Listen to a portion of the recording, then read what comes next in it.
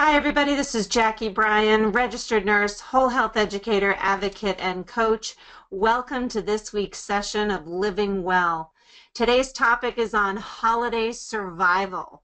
How do you survive the holiday season? Right now it is November 14th, and one of the things we know is that Thanksgiving is next week and the floodgates open, and oftentimes people start eating heavily at Thanksgiving and continue all the way on until January 1st when they start their new diet. So today's class is to boost your confidence, give you some really surefire strategies that can help you get through the holiday season so that you're going to be able to stay on track with your healthy eating and exercise plan. Before we get started, if you could look below this video, you'll see a health action sheet download. If you could download this sheet, it'll be very helpful for you to use this to follow along during class. A lot of information that we're going to cover is on that sheet, so it's an easy resource for you. So let's take a minute and discuss the holidays. And when I say holidays, I mean whatever you celebrate, whether it be Thanksgiving, Christmas, Hanukkah, any of those. Anything that requires family to gather and special favorite foods of yours. How do you, when you talk about some of these holidays, does it evoke certain emotions in you? And oftentimes, especially in the class that I just taught today, people, when you talk about holidays, immediately their stress level starts to raise. And one of the reasons is that it brings back old recordings. Maybe every Thanksgiving they overeat, or every Christmas they get so exhausted from shopping. We know that the holiday season actually can dig up a lot of old emotions, maybe things that you haven't visited in over a year. Some people are very sad around the holidays. Maybe they have a loved one that passed away, and it just reminds them that they don't have that person in their life anymore, especially around the holidays, to do some of those special things together.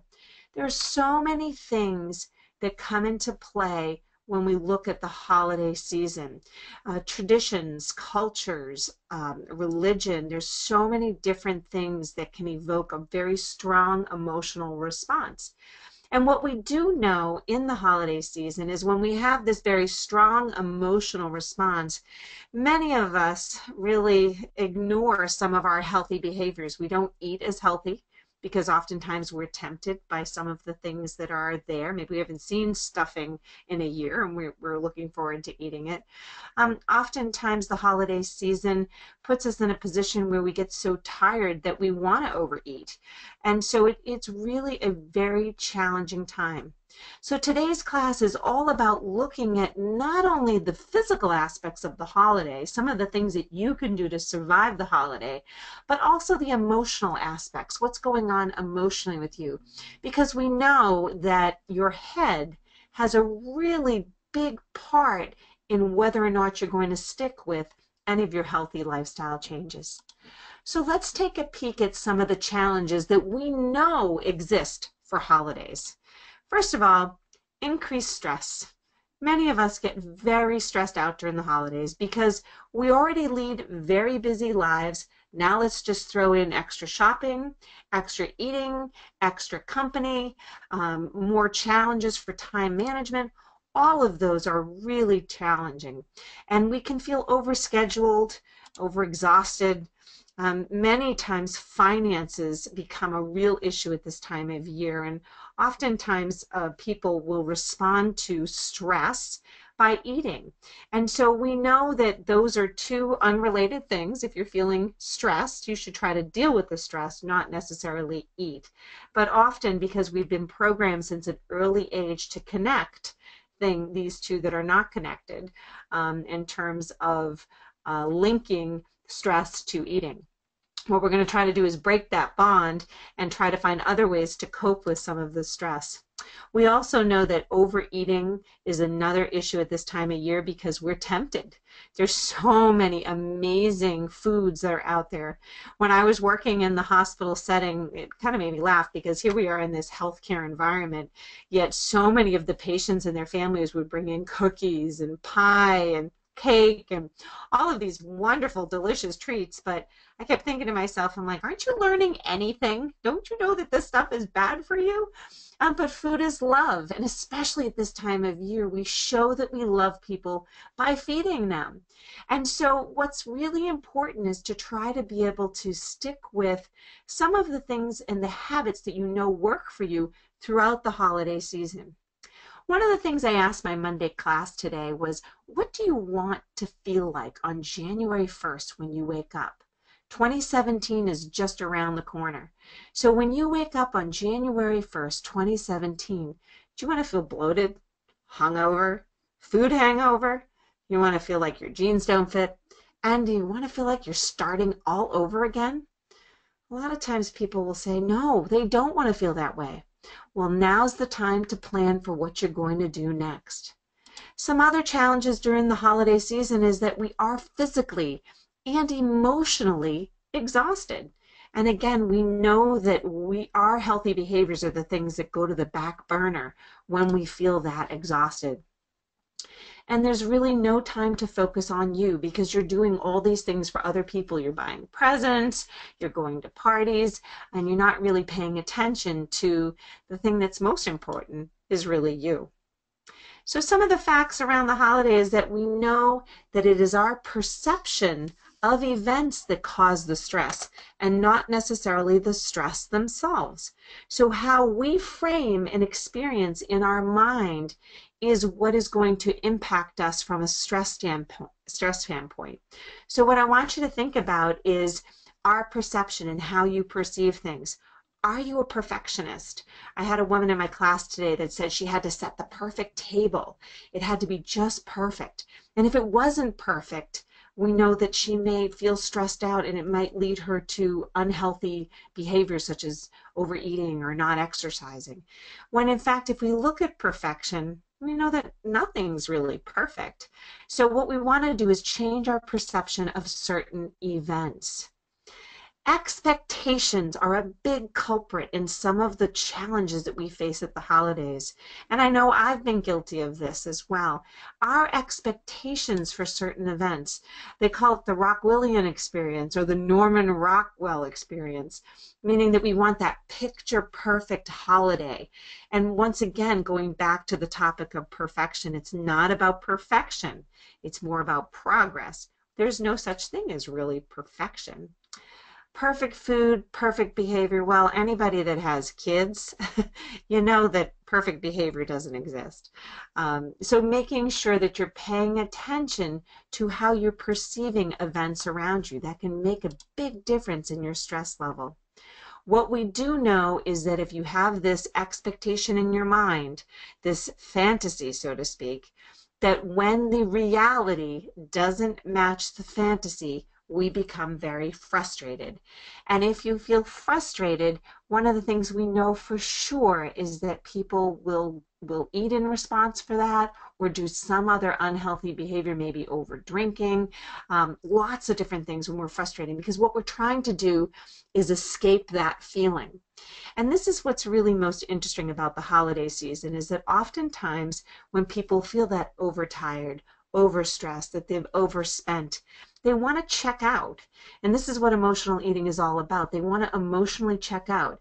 And they eat in an effort to numb themselves so they're not going to feel those feelings. The problem is it actually compounds the issue, where over time the emotions build up and eventually you're going to have to deal with it. And what we do know is that often when people stop procrastinating and dealing with their feelings, when they face them head on and they say, yeah, I'm really stressed about all those in-laws coming to my house. What are some things that I can do to make it a less stressful experience? We know that when they start dealing with those emotions, the situation gets better and they don't compound it by overeating or under-exercising. And then one of the other facts that happen at holidays is a lot of times we'll revert back to a childhood behavior. For example, I gave this example that, when I'm around my family, they see me as that little kid. So maybe I loved eating these little mocha cakes or devil dogs when I was a little kid, but not anymore. So when you're around all those people at the holiday season, sometimes they're going to be pushing the food on you. They're going to be saying, oh, you really love this, Jacqui, or oh, this is your favorite. Well, maybe it was your favorite when you were like 5, but now it's not necessarily your favorite any longer. And so learning how to advocate for yourself and stand up for yourself is a really important piece. And it's tough. It's really tough to do because you don't want to offend anybody. You don't want to upset anybody. You want it, again, to be that normal Norman Rockwell experience. So I think one of the things we talked about in the Monday class that I have here in New Hampshire is nobody really has a normal family.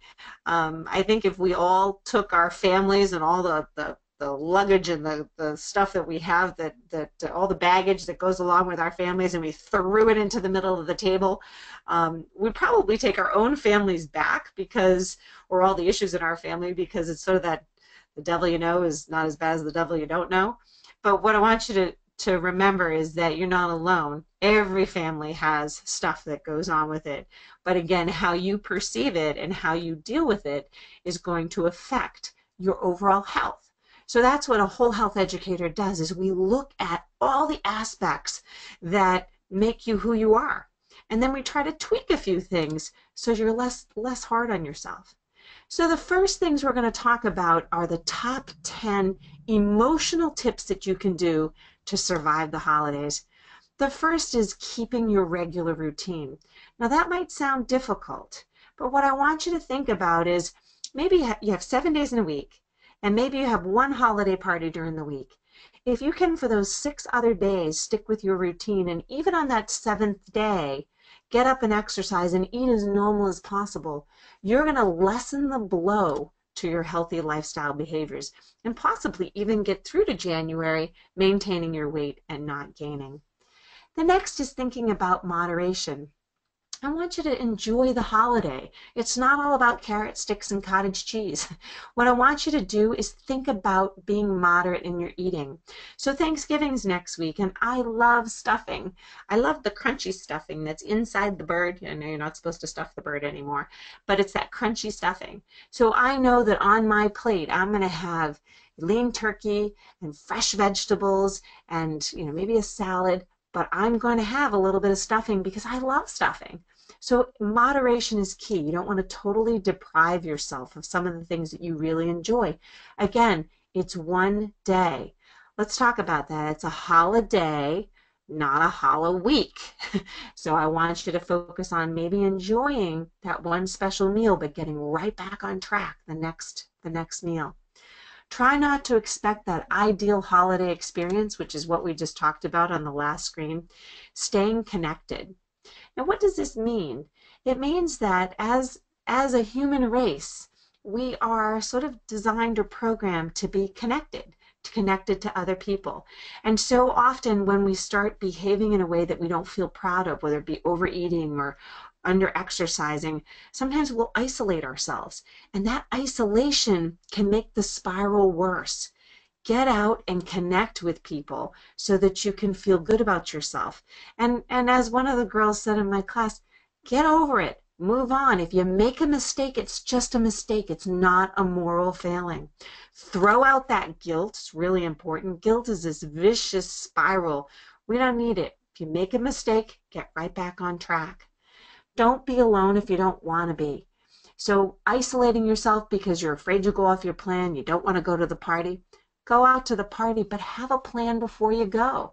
One of the members in my class was talking today about how do I manage an appetizer party where there's no meal, but it's just an appetizer.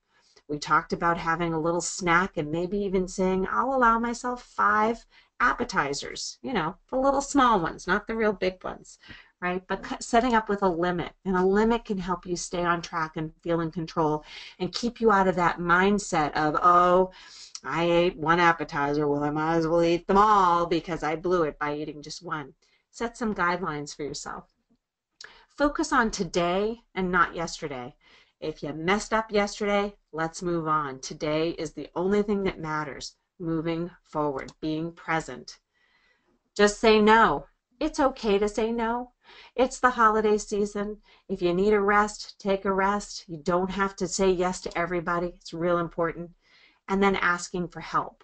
You're not alone in this, and that's what's really important for people to note, is that everybody, you're not alone. Everybody during the holiday season gets tired, overstressed.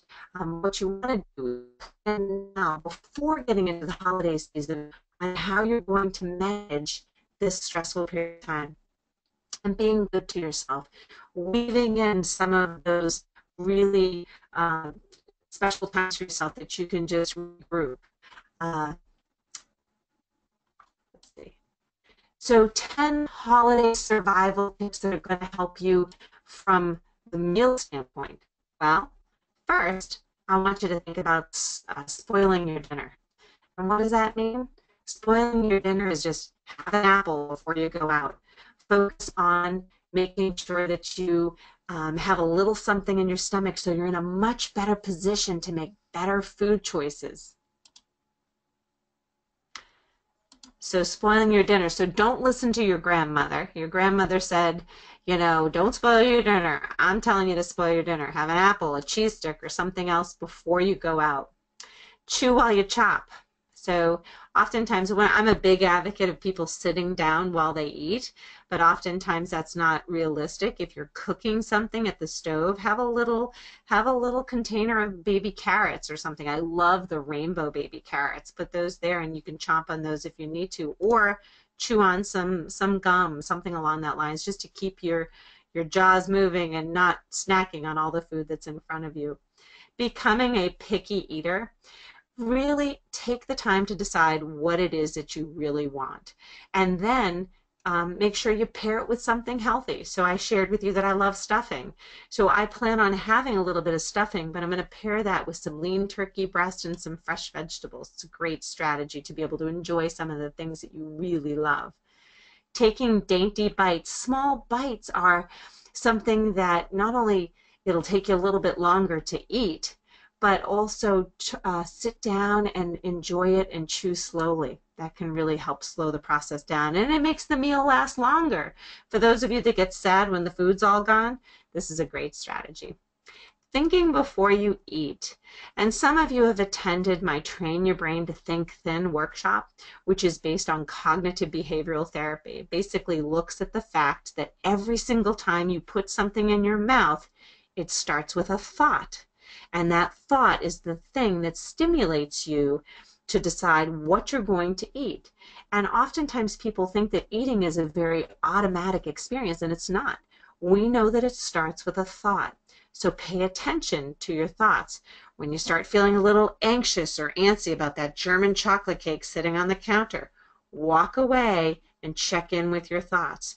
Chances are, if all you want is that cake, it's a really good chance that you're not really hungry. You may be emotionally hungry. You want to check in with your thoughts and your feelings and see if there's something else that you can do to manage that situation. Stay on the move. Change some of your traditions for the holidays. I know on Thanksgiving we go into our small town and we participate in an event called Huffin' for Stuffin'. And it's really a neat experience because we bring food for the food bank, and then we have a chance to participate in something active as a family before all the festivities begin. Skinny dip. Now, I don't mean take your clothes off and run in the water. What I talk about with skinny dipping is any of the foods that you're going to coat with a sauce or dip into a sauce. Make sure those sauces or dips are lean. You know, plain salsa or something mixed with a fat-free Greek yogurt is a great option. Getting your sleep. You know, for those of you that have attended my classes, you know that I am a big supporter of 7 to 9 hours of sleep. Really important, super important. And so one of the things that I like to mention to people is try to find a way to sneak in little naps if you're not getting a good night's rest, because that's going to help lower your stress level, which lowers your cortisol level, which helps control your blood sugar, which makes you feel calmer, which regulates your hormones and puts you in a position to make much better decisions in terms of eating and healthy lifestyle. Eat sitting down because it's a purposeful activity. Even if you're if you're cooking something up and you want to take a taste, walk over to the table and just sit down, look at it, pay attention. It forces you to be mindful, which is something that we really, really need to do when we're eating. And distract yourself. Come up with a list of things that you can distract yourself with, whether it's taking a tub, reading a book, listening to music. Many of you know that I love Audible books, so I will sometimes when I'm cooking listen to a mystery or a murder mystery or something, and it feels like someone's telling you a bedtime story. It's really kind of fun. So once again, you're going to see that action sheet that is just below this video.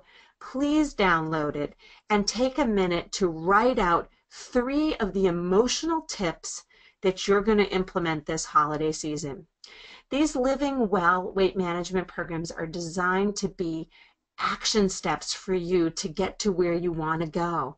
So what you're going to do in these workshops is you're going to learn all about a new topic, and then you'll have a download sheet that requires or requests that you take action to make some of these changes. And what you'll find over time is that these little changes that you make will build up to big health benefits, and that's what you want to focus on. So I could not resist posting this. I thought this was super cute. Merry Fitness and a Happy New Rear. Anyways, I'm not suggesting that you go jogging on the treadmill when you're trying to eat your healthy Thanksgiving meal, but I thought this was really a funny little comic. So this is the end of our Living Well class on Holiday Survival Guide. If you have any questions or you just want to make some comments, please send me an email. I heard a little turkey gobbling. Please send me an email at emailme@jacquibryan.com. Thank you so much for taking the time to watch this video, and I hope you all have a wonderful, happy, healthy, safe, joyful holiday season.